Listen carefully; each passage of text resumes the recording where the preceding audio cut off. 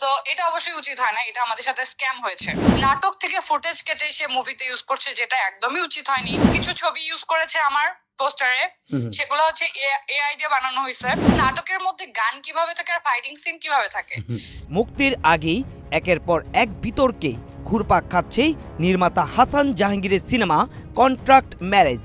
আগেই চিত্রনায়িকা মৌসুমীর অভিযোগে আলোচনায় আসা এই কাজ এবার নতুন করে আলোচনায় এসেছে অভিনেত্রী জেবা জান্নাতের মন্তব্যে। জেবা জান্নাতের দাবি, তিনি এই সিনেমা বা নাটকে কোনোভাবেই যুক্ত ছিলেন না, অথচ 4 মে প্রকাশিত পোস্টারে তাকে মৌসুমী এবং হাসান জাহাঙ্গীরের সঙ্গে ব্যবহার করা হয়েছে। বিষয়টি নিয়ে ক্ষোভ প্রকাশ করে বাংলাদেশ প্রতিদিনের সঙ্গে ফোনালাপে জেবা জান্নাত বলেন, অনুমতি ছাড়া ছবি ব্যবহার করা হয়েছে, যা তার ইমেজের জন্য ক্ষতিকর। কিছু ফুটেজ ব্যবহার করা হয়েছে, যে আমি হচ্ছে তার সাথে একটা কাজ হয় আমার ঈদুল ফিতরের আগে, সেটা হচ্ছে নায়িকার মেজাজ গরম। এখানে আমার কো আর্টিস্ট ছিল সিয়াম।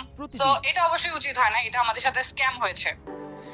স্যান্ডেলিনা সো, রূপচর্চায় আভিজাত্য। তো আমি প্রথমের দিকে চুপ ছিলাম, আমি ভেবেছিলাম এখানে মৌসুমী আপু ইজ দ্য বিগেস্ট সুপারস্টার, তো আমি ভাবছি শি উইল হ্যান্ডেল। বাট দিন শেষে যেটা হলো, দেখলাম যে এখনো সে মৌসুমী আপুর ছবি দিয়ে প্রচারণা করছে। তো আমার তখন মনে হলো যে আমার নিজের দিক থেকে ভয়েস রেইজ করা উচিত, এর জন্য আমি এটা নিয়ে এখন কথা বলছি। বিকজ আমি হচ্ছে মুভির প্ল্যান তো এইভাবে করিনি। আচ্ছা আচ্ছা, মুভি মানে হচ্ছে movie is not a cup of T, right?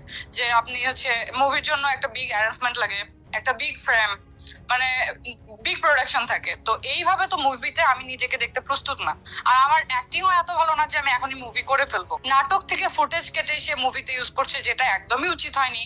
সে এটা করার সময় আমার পারমিশন নেয় নাই। আর সে যে কন্ট্রাক্ট ম্যারেজে আমার ছবি ইউজ করেছে, এখানে না তার সাথে আমার কোনো সাইনিং হয়েছে, না সে আমাকে এটার জন্য কোনো টাকা দিয়েছে, মানে কিছুই হয় নাই। সে এইভাবে অন্যায় ভাবে এগুলো করতে পারে না। তো আমরা তো আর্টিস্ট হিসেবে 2 দিন পর ইনসিকিউর হয়ে যাব যে আমরা নাটকে শুট করছি না মুভি শুট করছি। আমরা নাটকে শুট করলাম, এটা মুভিতে চালাই দিল, এটা তো টোটালি অন্যায়, রাইট? কারণ নাটকের রেমুনারেশন একরকম থাকে, সিনেমার জন্য আরেকটা থাকে। তো সেক্ষেত্রে এক্স্যাক্টলি এটা তো স্ক্যাম হয়েছে আমাদের সাথে। এখন অন্য কেউ কথা না বললে যে আমি কথা বলবো না এটা না, অন্য কারোর প্রবলেম নাই হতে পারে, কিন্তু এটা আমার ইমেজের জন্য প্রবলেম হচ্ছে, আমি এটা নিয়ে কথা বলতেছি। এর মধ্যে দেখলাম যে হাসান জাহাঙ্গীর ওনার আইডিতে আপনার একটা ভিডিও রিলস প্রকাশ করেছে, এই বিষয়ে কি বলবেন? উনি হচ্ছে যে কিছু ছবি ইউজ করেছে আমার পোস্টারে, সেগুলো হচ্ছে এআই দিয়ে বানানো হয়েছে। আমি যদি এটা নিয়েও কথা বলি, এটা নিয়ে অনেক কথা বলা যায়, এটা লিগ্যাল না। সে আমার 16 ডিসেম্বরে আমি একটা ছবি পোস্ট করেছি, সেখান থেকে এআই হিসেবে তিনি তার ছবির সাথে আমার ছবি জুড়িয়ে দিয়েছে। তারপরে যে রিলস এখন দেখছি যে সবাই আমাকে পাঠাচ্ছে, লাইক ওনার সাথে হাত ধরে নাচা গানা করছি আমি, সেটা যেটা হয়েছে আমার ওই শুটিং এর দিনে সে আমাকে বলেছে যে এরকম একটা নাচতে হবে, এরকম একটা ফাইটিং সিন আছে।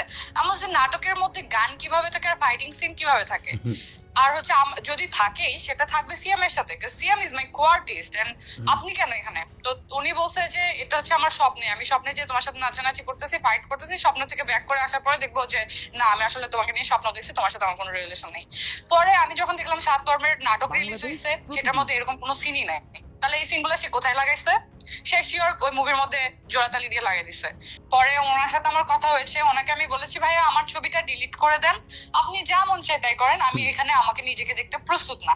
সে বলেছে ভাইয়া অলরেডি ছাপানো হয়ে গেছে, অলরেডি এই করা হয়েছে সেই করা হয়েছে, তো হচ্ছে আমি তো এখন থেকে তোমার ছবি আর ইউজ করবো না। কিন্তু দিন শেষে কিন্তু সিনেমার ফুটেজের মধ্যে আমার ফুটেজ গুলো থেকে যাবে, মুভিকে দেখলো না দেখলো সেটা আমার বিষয় না, কিন্তু আমি আমাকে নিজেকে এই মুহূর্তে মুভির সাথে যুক্ত করতে চাচ্ছি না। আমি এখন আমাদের এই মুভি সংশ্লিষ্ট এবং নাটক সংশ্লিষ্ট যতগুলো বোর্ড আছে, সেন্সর বোর্ড থেকে শুরু করে সব জায়গায় আমি একটা লিখিত অ্যাপ্লিকেশন দিব, তারপরে দেখবো তারা সিনিয়র তারা কি পদক্ষেপ নেয়। তারপরে যদি এই মুভিটা যদি রিলিজ হয়, তাহলে বুঝবো যে বাংলাদেশের নীতি আইন কানুন সবকিছু আসলে দুর্বল। যে বাবু, আপনার নিজস্ব একটা ইমেজ রয়েছে, আপনার পরিচিতি রয়েছে এবং আপনি সম্প্রতি সময় বেশ কাজ করছেন, এই ধরনের ঘটনা আসলে কতটুকু বিব্রত হচ্ছেন এবং আশপাশে আপনাকে কি বলছে আপনার পরিচিত জনরা?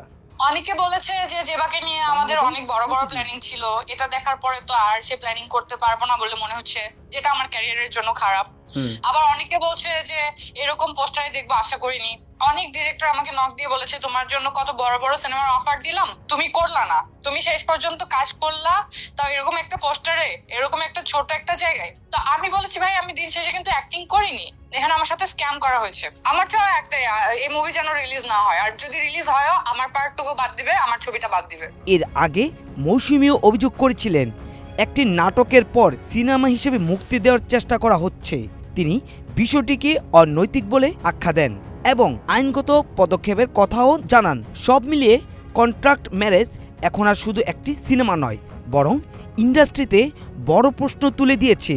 15 মে মুক্তির কথা থাকলেও বিতর্ক যেন আগেই সিনেমাটিকে ঘিরে ফেলেছে।